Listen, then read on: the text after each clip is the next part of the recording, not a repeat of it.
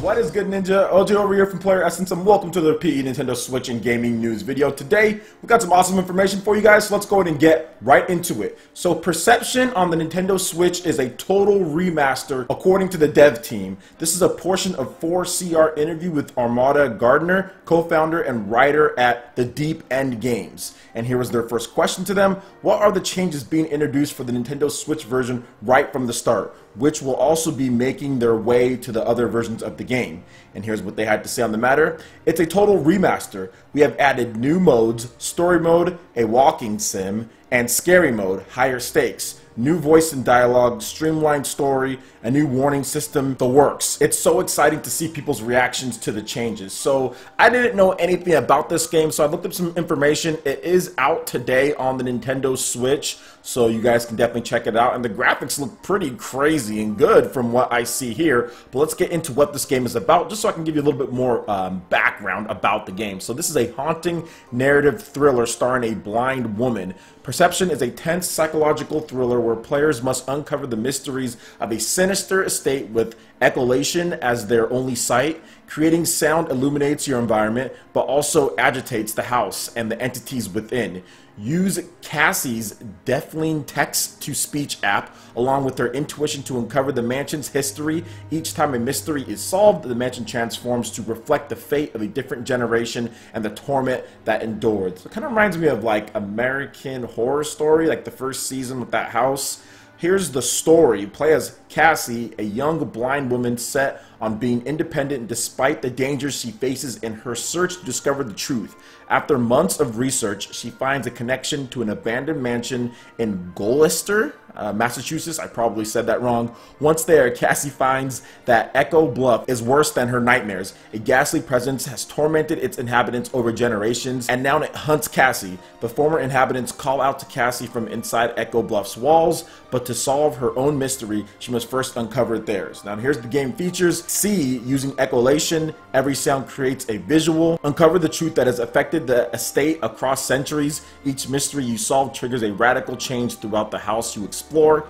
Engage in a deadly game of hide and seek with the menacing entities of the house, including the presence. Explore as Cassie, an engaging and empathetic heroine. Discover her inner demons and what ties her to Echo Bluffs. Subtitles available in English, French, Italian, German, Spanish, Japanese, simplified Chinese, Polish, Portuguese, Brazil, and Russian. And the game is out today. It's from Deep End Games, and they also self-published as well. So this is a very interesting game. I think it'd be a good stream game for me to play. I don't like scary games or walking simulators or whatever this type of game is, but I think it'd be pretty cool just to check it out, because I don't play games like this at all, like not at all. But I think it'd be fun for me to play it for you guys. So what do you guys think about Perception? Have any of you guys picked it up yet? Let me know what you guys think about the game in the comment section below. Alright, and moving into the next article here. Rockin' Racing Off-Road DX hits the Nintendo Switch on November 9th, 2017, and we've got a brand new trailer for the game. Get ready to enjoy off-road races with your friends and family.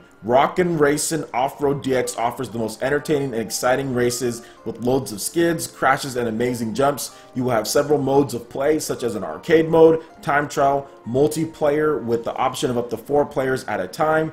Here are the features of the game: wide variety of tracks, arcade mode, time trial, multiplayer with 4 players, realistic physics for driving, jumps and crashes, loads of rock and roll music. So this is something that's kind of like a spiritual successor to like off-road racing back in the day, super off-road, which I played a lot as far as off-road racing on the NES. Me and my brother and sometimes my sisters, we would all gather around the TV. We had this little dinky TV back in the day, like in the early 90s, and we would get the multi-tap and we would all play off-road racing. And it was honestly some of the best like times of my life, was playing off-road racing, getting the upgrades, seeing who actually could make it further enough in the races. It was a great time. I thought those days would never end. I mean, I had so much fun and a lot of memories with this style of game. So I'm going to at least check it out. Obviously, I can't recreate those at any point, at least not now with the family that I have, only 3 of us here.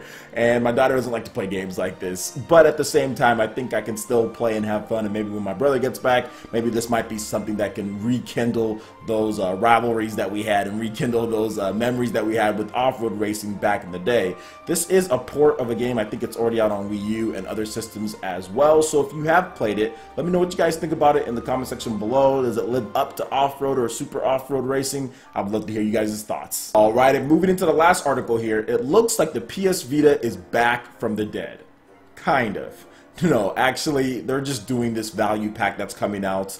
The PS Vita is getting a 16GB value pack to launch on November 22nd in Japan, and it includes a PS Vita and a 16GB memory card. So Sony Interactive Entertainment Japan Asia will release a PS Vita 16GB value pack in Japan on November 22nd for 19,980 yen plus tax, the company has announced. Now the bundle will include a PS Vita, a PCH-2000 series Wi-Fi model in either black or aqua blue, a 16GB memory card, and all of the standard cables. In a press release, Sony highlighted Minecraft and Itadaki Street, Dragon Quest, and Final Fantasy 30th Anniversary as two popular PS Vita titles that are currently available, and teased new titles still to come, including Digimon Story, Cyber Sleuth Hackers Memories. So yeah, it's kind of back from the dead, but not really. In Japan, the PlayStation Vita has been dying off. It usually did okay throughout the generation, definitely not like gangbusters or really big like the 3DS or anything, but it did okay, just kind of moved along, sometimes even being the top system sold when certain games came out. But then once the Switch came out, it like completely nosedived pretty much. Or even like when the Switch was even being talked about, once we found out what it was, sales just started going down, and they'd been steadily slowing down. But when the Switch came out, that's when it really just started nosediving as far as the PS Vita goes. And with this value pack, it translates out to about $175. So if you wanted to import one, technically you could, but I don't think there's really any reason, because of the tax that you'd have to pay on it and just importing. It would just probably be too much, and there's really no point. You can probably just get a PS Vita for around that price on Amazon, and then just buy a 16GB memory card, which are still expensive, by the way. The memory cards for the PS Vita are still really expensive, so this should help out in Japan a little bit, but there really isn't much to look forward to as far as the games go. There's a few games, Digimon Story and stuff like that coming out, but nothing big. But yeah, it is cool to see Sony still, I guess, somewhat pushing the PS Vita, but not really, to be honest. This is really just clearing out the rest of the stock that they have, probably just putting in some new bundles to try to just sell everything that they do have. I do feel that the PS Vita can still go in Japan, so I'm pretty sure that they're still producing them, because it is still selling at somewhat of an okay clip, 2,000 to 3,000, sometimes more units a week in Japan, which is not as bad as like the Xbox One, for example, but yeah, it's still not very good at all. So what do you guys think about this here as far as the value pack? Any of you guys interested in picking this one up? Do you still enjoy playing your PS Vita? Let me know in the comment section below. Alright Ninja, that wraps it up for this video here. Go ahead and check out the links in the description below. We've got Facebook, we've got Twitter. Go ahead and give us a like and a follow on our social media. Really helps us spread the content of PlayerEssence across the interwebs in addition to YouTube. Also make sure you check out our Patreon page. Pledge any tier, be entered in to win some awesome prizes. Plus we have Discord voice chat and prized eShop tournaments. Also, make sure you check out our brand new YouTube live gaming page and consider sponsoring PlayerEssence. When you do so, it works just like Twitch, so you can earn custom themed emotes for the chat. It also gets you entered into my friends list to participate in tournaments. So check out the link in the description below and consider sponsoring PlayerEssence right here on YouTube Gaming Live. Also, make sure you hit that like button if you did like this video. Lets me know you guys want more content like this going forward in the future. And subscribe to PlayerEssence for the latest RPG, Japanese, and Nintendo gaming news. Thank you so much for watching, and we'll catch you Ninja for the next video. Peace.